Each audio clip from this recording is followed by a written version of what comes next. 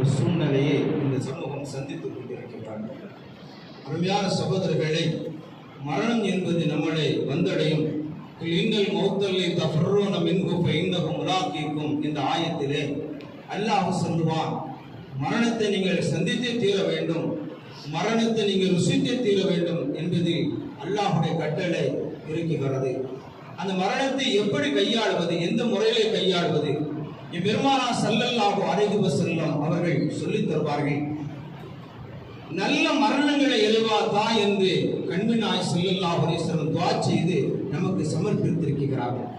நம்முடைய மரணம் கெட்ட மரணங்களாக அமைந்துவிடக்கூடாது, தீய மரணங்களாக அமைந்துவிடக்கூடாது.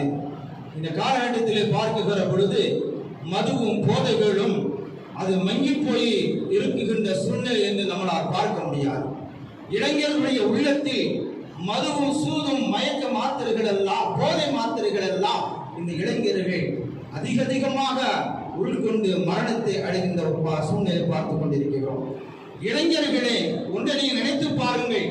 உங்களுடைய பெற்றோர்கள், உன்னுடைய தந்தை, உன்னுடைய தாய் உன்னை பெற்றெடுத்த பொழுது என்ன கனவெல்லாம் நினைத்திருப்பாள்.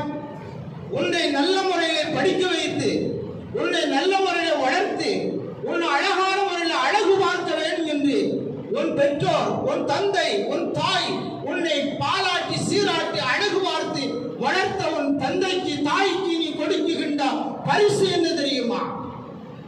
உன் தந்தை நினைத்திருப்பாள், உன் தாய் நினைத்திருப்பாள், உன்னுடைய உறவினர்கள் நினைத்திருப்பார்கள்.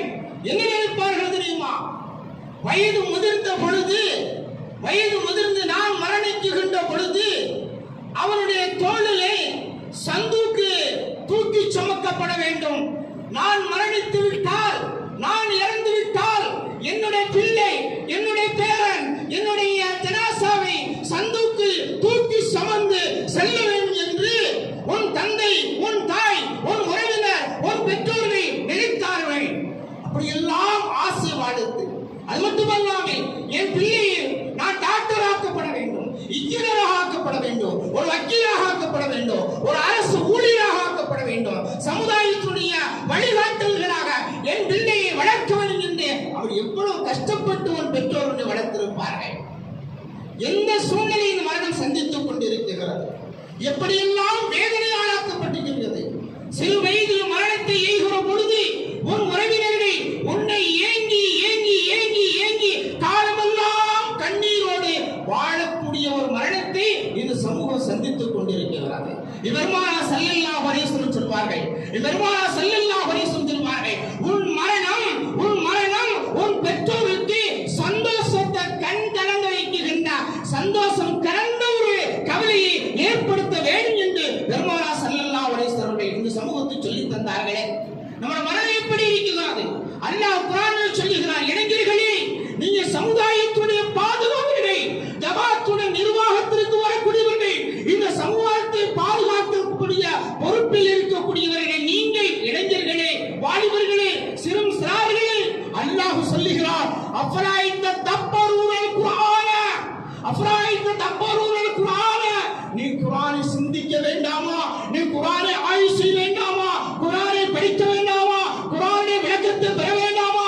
இந்தல்லவாக அல்லாஹ் நம்மளை பார்த்து கேட்கிறான், இளைஞர்களே, மதுவிலே மங்கி போய்விட்டீர்களே, போதை அரக்கத்தில் மூழ்கி விட்டீர்களே, என்ன பதில் சொல்ல போகின்றீர்களே?